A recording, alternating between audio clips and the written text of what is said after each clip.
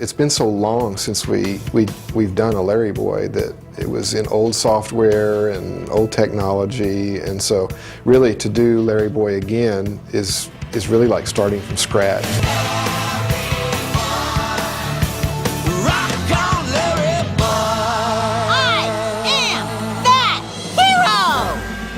We thought, well, if we're starting from scratch, let's look at this. Do we have to do it the same way?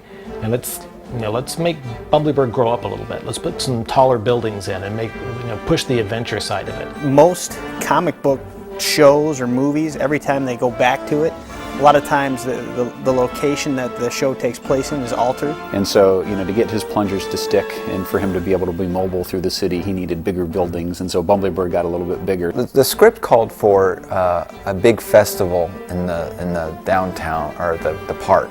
I was influenced by a lot of small town, kind of that center point fountain or statue that you usually have in a park. The Larry Cave, Tim, the director, basically had this vision of this kind of circular cavern. So we had that blueprint, and then it was basically up to us to just flesh out all the computer gizmos and stuff in there. And we tried to think of a whole bunch of different things, that would actually make sense. The Larry Mobile we've redesigned a little bit. That's kind of gotten redesigned with every show. Kind of harkens back to the cartoon version we did. Top speed is around 200 miles an hour without the afterburners, so. At least 120, 150, something like that. If the United States didn't put a restriction on it, it would probably go light speed. I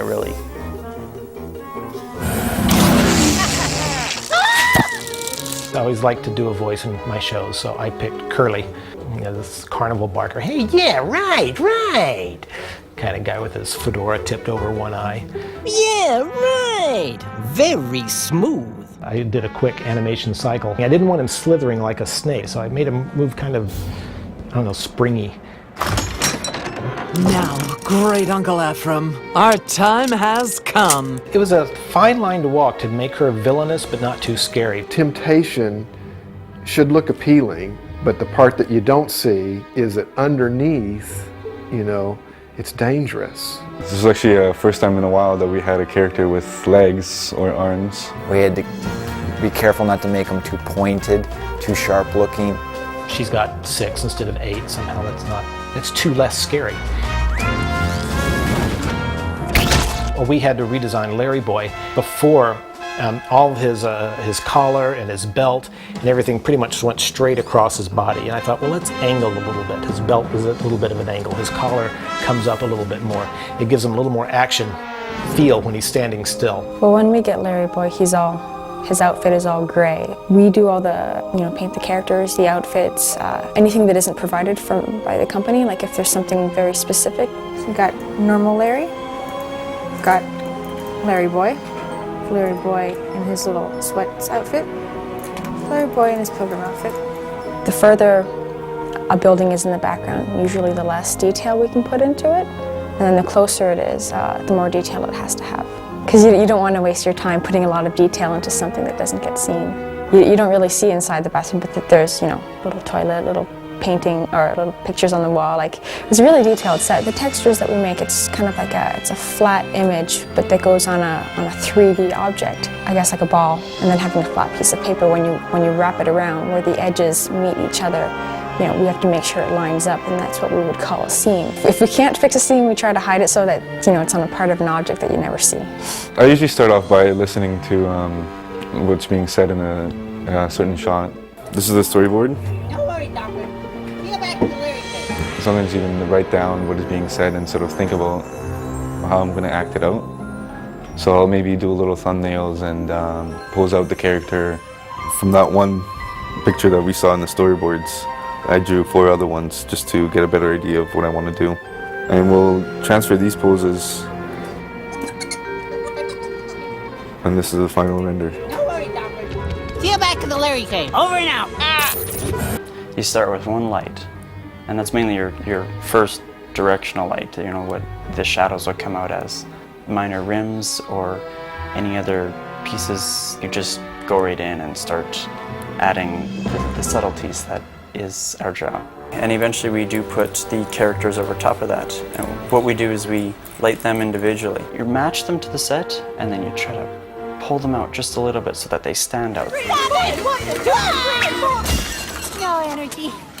Need chocolate. I was excited to be coming back to Larry Boy because I knew that the music was going to have some great opportunities to further the story. It can be a challenge to find the balance between, okay, what drives the scene and makes it intense, but doesn't scare a little child, because they do sense something's going to happen because I hear scary music.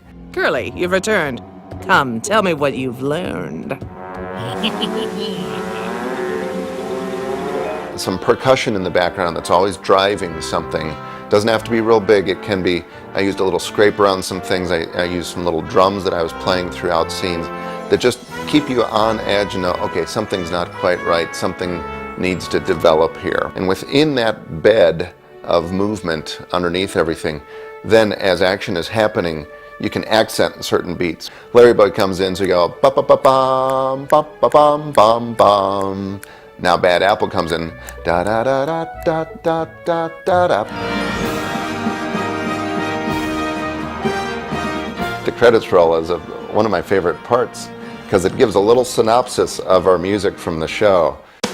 Once I'm finished with them, I'll be the one in control. The original Larry Boy theme song was much more kind of R&B and you know, a lot of fun, but we thought it'd be great to just consider other ideas for a Larry Boy song and what that might look like. It pulled in a couple different writers to pitch us some different ideas. The moment we heard it, we realized we need a hair band to sing this song. So what vegetable has hair?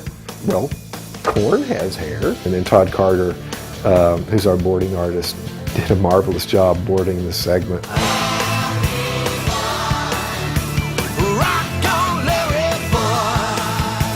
We brought him out of semi-retirement, dusted him off and polished him up, and makes a grand reappearance. When we put that trailer out, we all sat in a room and watched it together, and we asked ourselves, I wonder what it's going to look like, you know? And then to go in the next room and go, okay, well, it's going to have to look something like this and something like this. It was like living up to our own expectations. That was pretty tricky. There was no shortage of ideas of things we could do and gadgets we could make for Larry Boy and vehicles, and I hope we do another one soon. I'm 25 or whatever, and I watch the stories and I'll still get into it, you know, and still laugh and whatever. I've always enjoyed Larry Boy. Larry Boy is a fun character to work with. I'd love to come back to Bumblyburg as soon as possible. I've always enjoyed Larry Boy, and I wanted to bring him back. It was fun to get the chance.